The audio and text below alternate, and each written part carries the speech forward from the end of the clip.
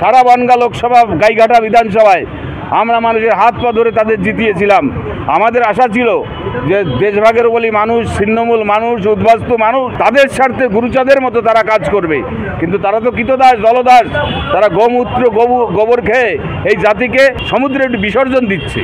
দিল্লি আজীবন বাংলার প্রতি বঞ্চনা করে যাচ্ছে, বাঙালি উপর অত্যাচার করে যাচ্ছে, পরিযায়ী শ্রমিকদের প্রতি কী ব্যবহার করেছে দেখোনি তোমরা? তাহলে আমি বলবো বাংলার বাঙালি গর্জে উঠুক। আর স্বাধীনতার মূলেই বাংলার থেকেই আন্দোলন হয়েছে। নেতাজি সুভাষ, বিনয় বাদল, দীনেশ ক্ষুদিরাম, এরা কারা?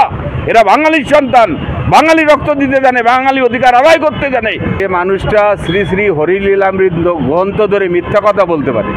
আমাদের মতীয় দর্শন, হরিগুরুচাঁদের দর্শনের মূল গ্রন্থ কিন্তু শ্রী শ্রী হরিলীলামৃত। সেই লীলামৃত শুয়ে তিনি একসময় প্রতিজ্ঞা করেছিলেন ঠাকুরবাড়ি রাজনীতি মুক্ত করব, আর তিনি এখন ঠাকুরবাড়িতে রাজনীতির আতুরঘর করেছেন। তানার কথা যদি কোনো মতুয়া, কোনো দেশভাগের বলি মানুষ শোনে, তাহলে তার বিপদ অনিবার্য। এবং তিনি এই গোসাই পাগলদের বলছে আমরা রোহিঙ্গা, আমরা মুসলমান, আমরা জিহাদি। আমরা যারা ভোট দিয়ে বিগত দিনে দেখেছো, তার লোকসভা নির্বাচনে, তার দাদা যে সুব্রত ঠাকুরের নির্বাচনে আমরাই তো লড়াই করেছি। সারা বনগাঁ লোকসভা গাইঘাটা বিধানসভায় আমরা মানুষের হাত পা ধরে তাদের জিতিয়েছিলাম। আমাদের আশা ছিল যে দেশভাগের বলি মানুষ, ছিন্নমূল মানুষ, উদ্বাস্তু মানুষ, এসসি এসটি ওবিসি, ভারতের ভূমিপুত্র মানুষ, তাদের স্বার্থে গুরুচাঁদের মতো তারা কাজ করবে, কিন্তু তারা তো কৃতদাস, দলদাস। তারা গোমূত্র গোবর খেয়ে এই জাতিকে মহাসমুদ্রে, উনি জাহাজমন্ত্রী, সমুদ্রে একটু বিসর্জন দিচ্ছে।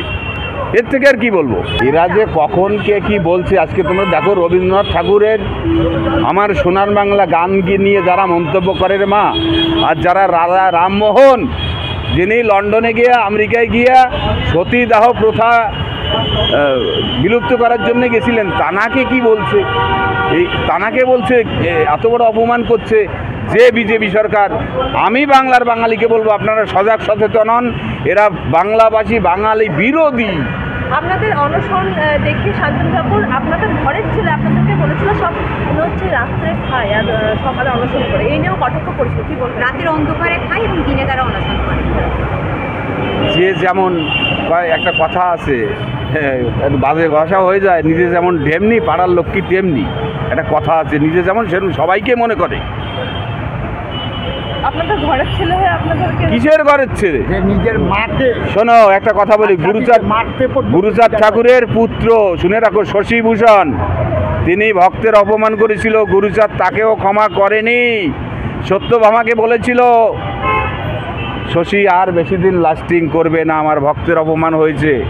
আমরা এই ধর্ম দর্শনটাকে প্রচার করি নিঃস্বার্থভাবে। এই পাগল গোসাইরা দুয়ারে দুয়ারে ঘুরে বেড়ায়, মানুষকে আদর্শের কথা শেখায়। গুরুচাঁদ মানবতার কথা বলেছেন, সত্যের কথা বলেছেন। আজকে আমরা হসপিটালে গেলে কার রক্ত? মুসলমানের রক্ত। আমার ছেলে অসুস্থ হলে দেখতে যাই। মুসলমানের এই ভারতবর্ষ স্বাধীনতার মূলে নেই, অবদান নেই। কদিন আগে যে পাকিস্তানের সঙ্গে যুদ্ধ হলো, এই প্লেনগুলো নিয়ে কারা গেছিল? ওই কয়েকটা মুসলমান মেয়ে। আমার গর্ব যে তারা আমার মায়ের জাতি। ভারতবর্ষে যারা বসবাস করে, কি হিন্দু কি মুসলমান, লালন সাই কি বলল? কবে গো এমন হবে, হিন্দু মুসলিম বৌদ্ধ খ্রিস্টান জাতিগোত্র নাহি রবে। গুরুচাঁদ ঠাকুর কি বলেছে? যারা মতীয় তাদের কানে রাখা উচিত, মনে রাখা উচিত। গুরুচাঁদ ঠাকুর বললেন এই ব্রহ্মাণ্ডে যতজন আছে এক জাতি বলে গণ্য পাবে মোর কাছে। তাহলে যদি মতীয় হয়, তার ভিতরে কোনো জাতি হিংসা প্রতিহিংসা থাকবে না, তবেই সে মতীয়। মতীয় হলে সে মানবিক হবে, মানুষ দরদী হবে, সত্যের কথা বলবে। আজকে বাংলাভাষী বাঙালিদের রাষ্ট্রহীন করার যে চক্রান্ত করছে, এর বিরুদ্ধে আমি বলবো সারা বাংলা নয়, সারা ভারতবর্ষের বাঙালি জেগে উঠুক, প্রতিবাদ হোক। এদের চক্রান্ত এই আসাম আর বাংলা নিয়ে কেন? আসাম বাংলায় এই এলাকাগুলো বাঙালি বসবাস করে। এই বাংলা ভাষার ইতিহাস আছে বাংলা ভাগের। আর যদি পূর্ব বাংলার পশ্চিম বাংলায় এক থাকতো, বাঙালি প্রধানমন্ত্রী হতো। এই চক্রান্ত আজকের না। দিল্লি আজীবন বাংলার প্রতি বঞ্চনা করে যাচ্ছে, বাঙালির উপর অত্যাচার করে যাচ্ছে, পরিযায়ী শ্রমিকদের প্রতি কী ব্যবহার করেছে দেখোনি তোমরা? তাহলে আমি বলবো বাংলার বাঙালি গর্জে উঠুক। আর স্বাধীনতার মূলেই বাংলার থেকেই আন্দোলন হয়েছে। নেতাজি সুভাষ, বিনয় বাদল, দীনেশ ক্ষুদিরাম, এরা কারা? এরা বাঙালির সন্তান, বাঙালি রক্ত দিতে জানে, বাঙালি অধিকার আদায় করতে জানে। আমি একজন বাঙালি বলে গর্ব করি, আমার মাতৃভাষা বাংলা। আমরা আগামীতে দিল্লি যাচ্ছি। হয় আমরা শহীদ হবো তাও ভালো, কিন্তু বাঙালির প্রতি কোনো রকম কোনো টর্চারিং কোনো অবমাননা আমরা মানবো না। আপনার নাম? আমার নাম রঞ্জিত বাইন, আমি অল ইন্ডিয়া গোসাই পরিষদের সম্পাদক। কেন্দ্রীয় সরকার তো যে কোনো কেন্দ্রীয় সরকারের যেসব নেতারা আছে তারা কোথাও যদি যাচ্ছে সেখানে বলছেন মুসলিমরা রোহিঙ্গা, এবং মুসলিমদের সঙ্গে গেলে বলছেন যে আরে মা, আসামে কয়জন রোহিঙ্গা পাওয়া গেছে? বিহারে কয়জন রোহিঙ্গা পাওয়া গেছে তুমি বলো? যারা রোহিঙ্গা বা মুসলমান আছে তাদের বাঁচতে গিয়ে সবাইকে টানতে হয়? জমিতে ধান লাগানো হয়, ঘাস বাঁচতে গিয়ে কি ধানের গাছ কাটতে হয় নাকি? তাহলে এরা চাষি সঠিক না? মানুষ ঘাসটা বেছে তোলে, এরা তো ধান কেটে ঘাস তো বাছাই করছে সবাইকে। কেন কাট অফ ডেট? কেন SIR হচ্ছে কাট অফ ডেট কেন?